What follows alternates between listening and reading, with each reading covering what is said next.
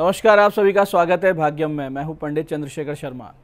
दर्शकों, सबसे पहले हम समझते हैं आज के दिन के पंचांग को, जिससे हम आज के इस दिन के अच्छे बुरे समय को समझ सके, जान सकें।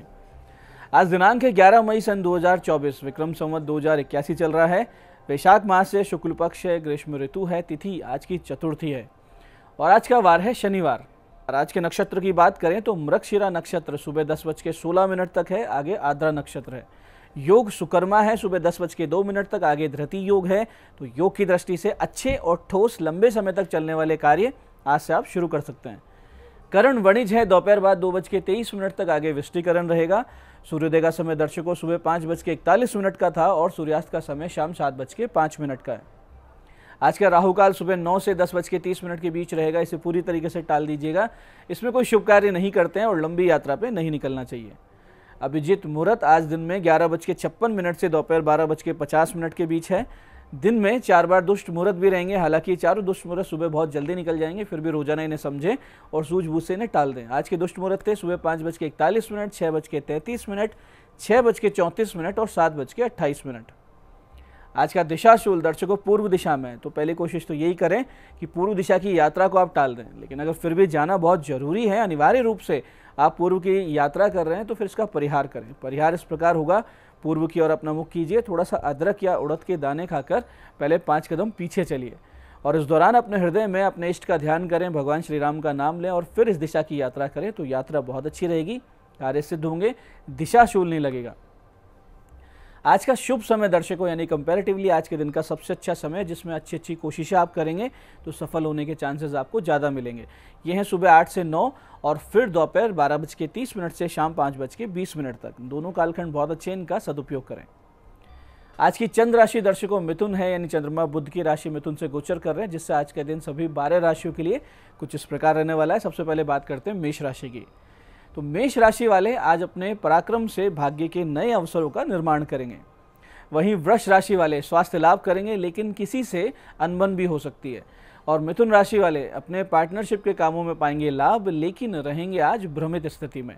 कर्क राशि वाले खर्चे पर नियंत्रण रखें। वहीं सिंह राशि वाले अपने बुद्धि विवेक से लाभ कमाने की स्थिति में रहेंगे। कन्या राशि वाले घर में शांति का अनुभव करेंगे। तो तुला राशि वाले पाएंगे जबरदस्त सपोर्ट सिस्टम। वृश्चिक राशि वाले वाणी से उठाएंगे लाभ, लेकिन स्वास्थ्य रहेगा खराब। धनु राशि वालों को होगा आज लाभ और मिलेंगे अच्छे नए साथी। मकर राशि वाले लंबी यात्रा की प्लानिंग करते दिखेंगे। वहीं कुंभ राशि वाले हर तरह से लाभ की स्थिति में दिख रहे हैं। मीन राशि वाले काम में दिखेंगे डेडिकेटेड, लेकिन मन रहेगा आज उदास। अब करते हैं आज के दिन की ज्ञान चर्चा, जो आपकी हमारी अंत्यदृष्टि को, प्रज्ञा को जागृत करेगी। फिर आगे समझेंगे उन विशिष्ट उपायों को जो आपको समस्याओं से बाहर ले आते हैं और जीवन में सफल बना देते हैं। अंत में करेंगे आज के दिन की ज्योतिष मंत्रणा और समाधान। दर्शकों, सुख की परिभाषा अलग अलग हुआ करती है। एक साधु का सुख साधना भक्ति में है, तो एक व्यसनी का सुख उसके नशे में, उसके व्यसन में है।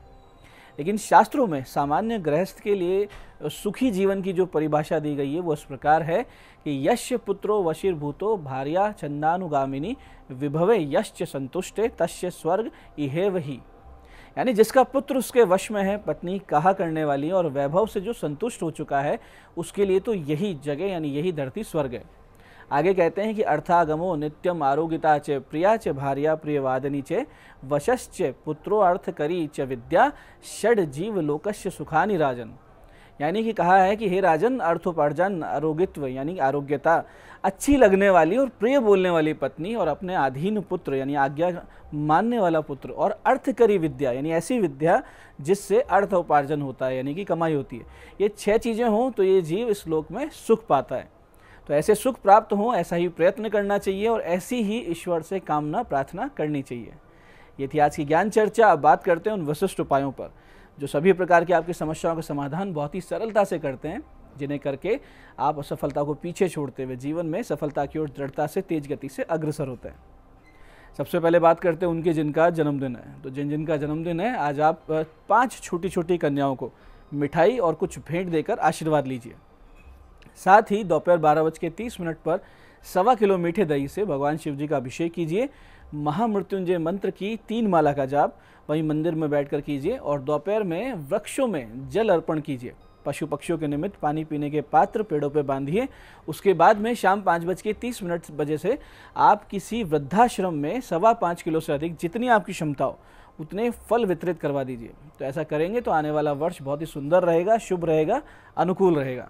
ऐसे दर्शकों, जिन लोगों को भीषण आर्थिक पीड़ाओं का सामना करना पड़ रहा हो और काम धंधे में बहुत ज़्यादा अड़चने आती हो, या जो लोग हर संभव प्रयास करने के बाद भी अपनी फाइनेंशियल स्थिति को नहीं सुधार पा रहे, ऐसी स्थिति में भगवती आदिशक्ति की शरण लें।